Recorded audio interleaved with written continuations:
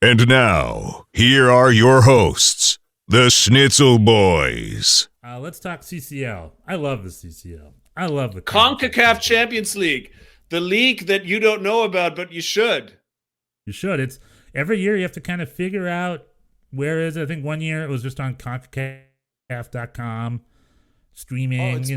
Yeah, no, where it is true. sometimes. It was on Yahoo Sports for a while. Yeah, but now Yahoo Sports for a while. Now it's around. It's Fox. Now it's Fox. It's pretty consistently been Fox Sports. And it's usually on Spanish TV. I used to watch on Spanish TV all the time. Oh yeah, that's true. Unimas would have it every year. But it was just such a great tournament because MLS clubs won none of them ever, but they get close a lot, and it's just like, and then sometimes I think Real Salt Lake was leading 2-0 at one point, and in the last 10 minutes the other team scored 3 goals and it was a 3-2 loss. For whatever reason, MLS clubs cannot get it done in Mexico. It used to not be anywhere else, just in Mexico. The Mexican teams have won it every time, and it used to be blowouts, and over the years it's been tight. It's gotten tighter. It used to be that the Mexican teams would play their second squads and still kind of survive without much trouble. This is no longer the case now.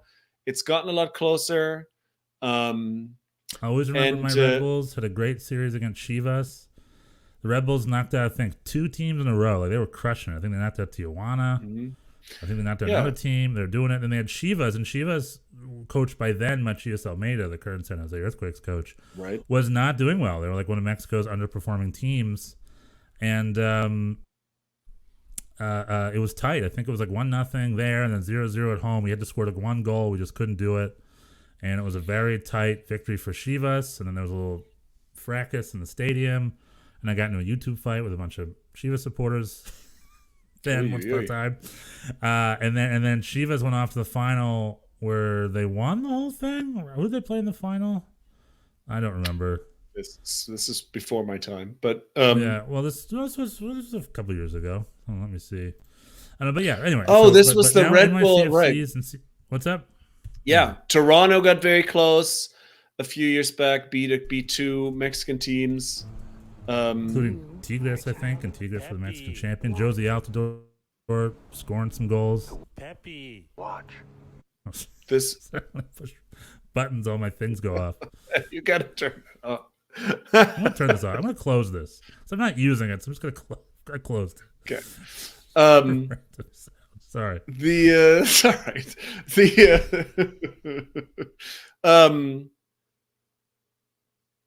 Toronto got close. The Red Bulls were good. NYCFC played.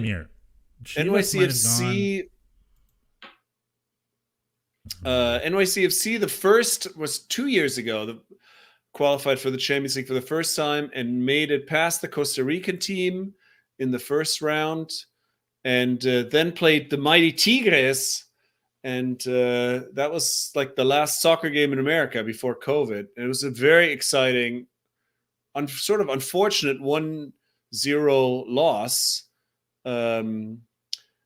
NYCFC played well, had a couple of good chances, couldn't score. And then in stoppage time, Tigres scored the winner. And the return leg, they didn't play until December of that year because of COVID. Because of all these months and months later. And but anyway, it was just exciting. It's like these, Liga MX is really the benchmark in this region, and we are the mirror. They are the mirror in which we see ourselves. They are the mirror in which we see ourselves. Exactly. And so it's exciting. 2018 is what I'm talking about. 2018, Guadalajara beat Toronto in the final, and Chivas won the title. Mm-hmm. And that was the year I think they knocked off the Red Bulls, which won the Fair Play Award that year.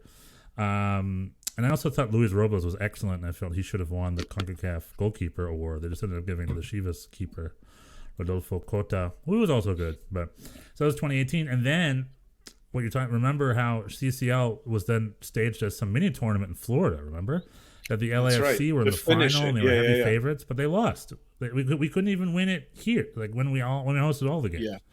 That ended up being won by Monterrey, I think, or just had them. whoever they were. They beat out LAFC. Yeah, Monterrey, and they just flamed out of the Club World Cup, because that's the thing. If you win, Tigres. It was Tigres that won. Yeah, and then you're right, and then they got eliminated. Tigres won the year prior. Yeah. But now this year is wrong. Won the one here. They won the one in Orlando. Yeah, and they won the year before them. And Tigres made the final in the Club World Cup and played Bayern in the final, and Bayern only won 1-0, and it was kind of a tightish game. It's interesting. But that's the beauty of the thing, right? Mexican teams, they go to FIFA Club World Cup. They usually smoke out, except for that one Tigres exception. And that's the dream. That's the dream for an MLS club. For me, it is. It's like you win the title, then you go to the FIFA Club World Cup, you play Al Ali, you play Al Assad, you play all those teams, you play the Osaka Tigers or whoever. And then you go and you play Bayern München or Chelsea in the final, or Liverpool in the final. And that's sort of the dream. It's it's the only way to play a major club force in a competitive game. Do they care about it? Maybe not really. Maybe the European clubs don't care about it a lot. They'd rather win the Champions League. FIFA has big plans for the Club World Cup, though. There are these sort of, and if not for COVID, this would have already happened. They're having ideas for like a 24-team Club World Cup with tournament. a bigger tournament. So hey, I'm all for it. That'd be exciting. Yeah, that'll be very interesting. Yeah, I'm curious how that'll turn out. I remember I lived in Brazil once upon a time, and I lived in Brazil when the 2001 FIFA Club World Cup was there, and under it's gone through many iterations. Mm-hmm. And there was one where they had an 8-team tournament with 2 groups. Manchester United was there with Sir Alex Ferguson and Peter Schmeichel and the gang. They were all down there.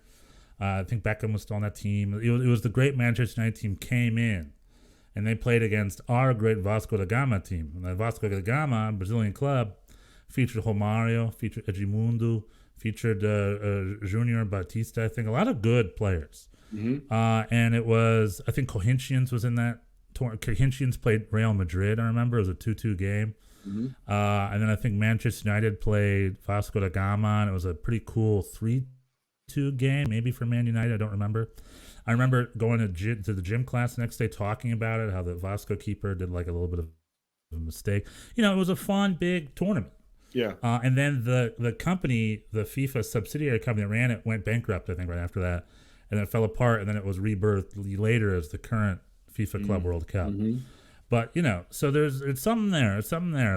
It's never been perfect, but maybe if you tweak it, it can become something fun. Probably more for the non-European clubs, right? More for the South American, the North American, the Asian clubs, like the Australian, the Wellington Phoenixes of the world.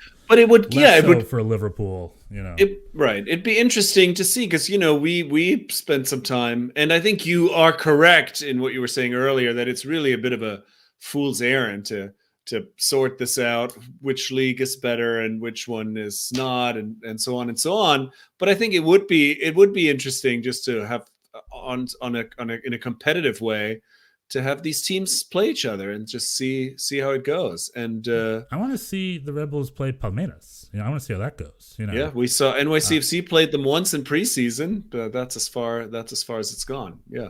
Yeah, and that's those never count. Preseason. No, you're talking about preseason doesn't count. I remember when Landon Donovan went to Bayern München. He crushed in preseason. He had a great preseason. The season started 0 goals, 0 assists. He was the Fred. Became the Fred Briand of Bayern Munich. Yeah. And same with preseason and hero. New York Red Bulls, I think, have lost every one of their preseason games and gone on to have great seasons, and vice versa. Cool. All right. So tomorrow, Santos in Costa Rica, and then the following week in Los Angeles, which we will be at likely, and we will do another report.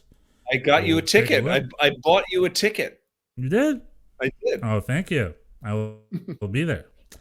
I will be there, my friend. We will watch some soccer. We'll have a good time. It'll be a lot of fun. I can't wait. Yeah, soccer season. We waited so long for American soccer to start again. A whole 6 weeks. 6 weeks. Or whatever. I know. Yeah, with this MLS Cup win, the off season was very short, which is nice. I'm happy. Yeah, and honestly, I'm rooting. It's time for I'm rooting for NYCFC and CCL. You know what I mean? It's time for an American club to win the Concacaf Champions League. It's time. Every year we hope for it, and we'll see how it goes. I think NYCFC has especially if Tati stays with us throughout, I think we may have a chance. Also, the Seattle team is pretty sick on paper. They got Albert Rusnak from RSL, and Nico Lodero is presumably back healthy, and Rui Diaz, and I mean that is a pretty stacked squad. And so I was excited for Atlanta United to get in the tournament, but unfortunately, right when they were in the tournament, they had a little, like, I think that's when Frank DeBoer took over. Mm-hmm. Yeah, I think it got a little weird. Like enough said. But they had the firepower to go down there and do it. But Seattle NYCFC, I'm loving it. Let's do it. That was just a Schnitzel Boys video on YouTube. Thanks for joining us. If you like that one, we've got a couple other ones right over here. And if you like that one, don't be afraid to subscribe, like, and ring that bell. It's the Schnitzel Boys, it's the Schnitzel Boys, it's the Schnitzel Boys.